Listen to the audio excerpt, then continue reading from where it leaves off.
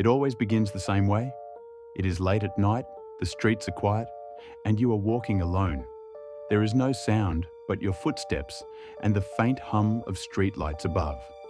Then you notice him, a man, thin, tall, strangely rigid in posture.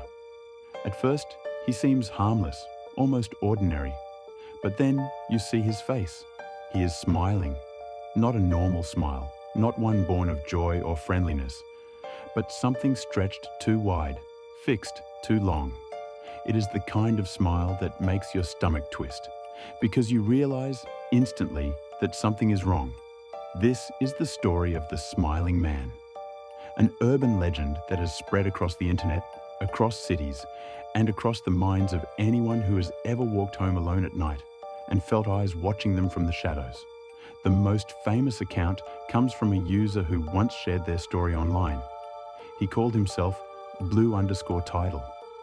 It was around 2 a.m. when he began his walk home. The city was quiet, so quiet that every sound seemed magnified. The wind against the leaves, the faint rattle of a distant train, the echo of his own footsteps.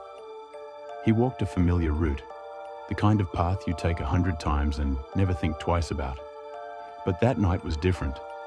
In the distance, illuminated under the dull glow of a street lamp, he saw a man, tall, thin, neatly dressed in a suit, the kind of figure you might mistake for someone heading home from a late-night dinner.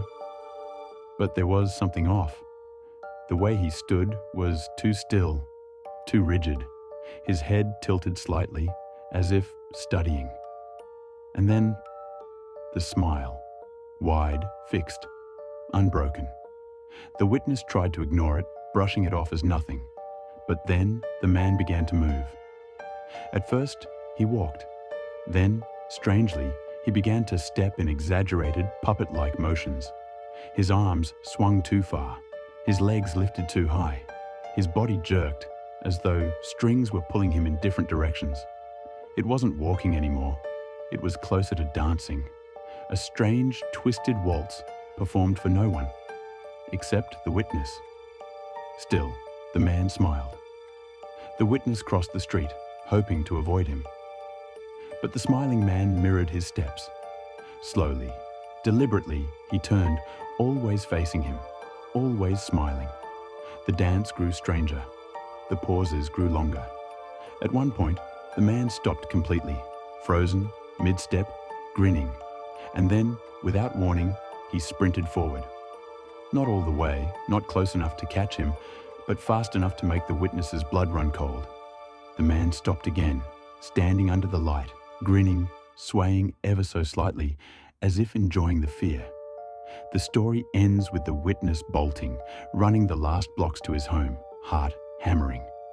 When he dared to look back, the smiling man was still there, standing just beyond the glow of the streetlights, watching, grinning, waiting. This is not the only encounter. Over the years, others have claimed similar experiences. People walking home alone late at night. People glancing up to see a stranger standing too still, smiling too long, following without words. Some describe his movements as a dance, erratic and playful, as though mocking the very idea of human motion.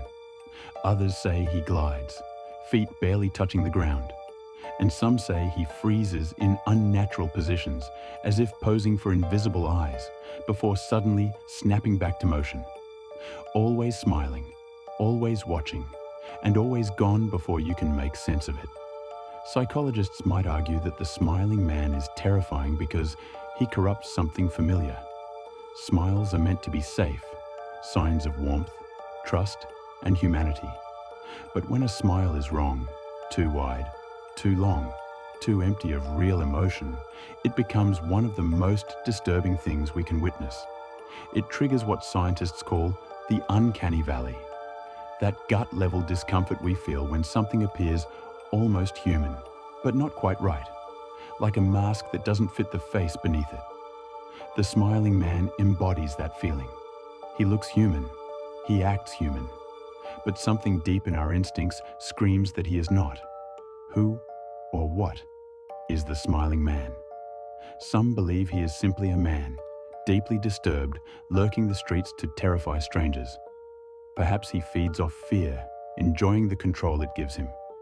Others believe he is something supernatural, a demon wearing a human skin, or a spirit that thrives on terror.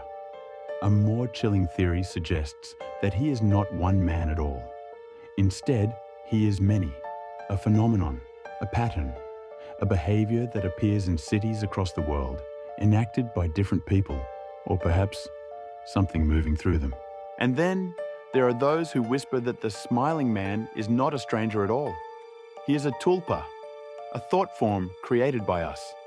Every time the story is told, every time someone imagines him waiting under a street lamp, he becomes stronger, more real. He spreads, not through footsteps, but through imagination, until one day, you see him too. The smiling man has become an icon of modern horror. Short films, online retellings, and urban legend forums have carried his story across the world. Yet the reason it endures is simple. He could be anywhere. Unlike haunted houses or cursed objects, the smiling man does not belong to one place. He belongs to the dark, to the spaces between streetlights, to the empty sidewalks when the world is asleep. And that is why he frightens us so deeply. Because the next time you are walking alone, you may glance up and see him there, tall, thin, silent, dancing under the glow of a street lamp, and smiling just for you. And so the smiling man remains. Not a ghost, not a demon, not a myth confined to one place, but a presence that could be anywhere. He is the smile that doesn't fade, the grin that waits in the shadows. If you want more tales like this one, subscribe to Legends of the Dark, and don't forget to look over your shoulder on the way home.